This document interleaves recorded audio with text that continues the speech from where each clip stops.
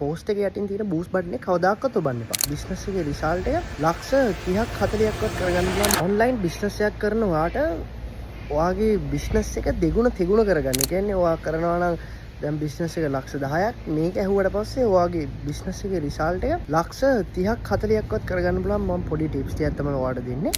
Facebook එකෙන් add boost කරද්දී ඔයා නිකන් පේජ් එකට ගිහින් පෝස්ට් එකේ යටින් තියෙන බූස්ට් බටන් එක කවදාකවත් ඔබන්න එපා. ඔයා අනිවාර්යයෙන්ම කරන්න ඕන පොඩි ස්ටෙප්ස් ටිකක් තියෙනවා. ඔයා පොල් විකුණනවා වුණත්, ඔයා බිත්තර විකුණනවා වුණත්, ඔයා බයිසිකල් විකුණනවා වුණත් ඔයාට පුළුවන් ඔයාගේ බිස්නස් එක හරියට මිනිස්සුන්ට අවේර්නස් කරලා ඔයාට හොඳ රිසල්ට් එකක් අරගෙන ඔයාගේ ප්‍රොෆිට් වැඩි කරගන්න මම පොඩි ටිප්ස් ටිකක් දෙන්නම්. ඔයාට කරන්න දෙන පළවෙනි එක තමයි ඔයා Facebook business manager කියලා Google එකේ ගහන්න. ඊට පස්සේ ඒකට ගිහිල්ලා ඔයා create new business manager එකක් හදාගන්න. දැන් ඔයාට තියෙන page එක ඔයාගේ business එක නමින් තියෙන page එකක් කියලා. ඒ page එකේ business manager එකට add කරගන්න. එතකොට ඔයාට පුළුවන් ඇඩ් account එකක් කියලා එකක් හදාගන්න. ඇඩ් account එකක් හදාගත්තට පස්සේ ඔයා මෙන්න මේ ස්ටෙප්ස් ටික ෆලෝ කරන්න. එතකොට ඔයාට පුළුවන් හොඳ රිසල්ට් එකක් ගන්න.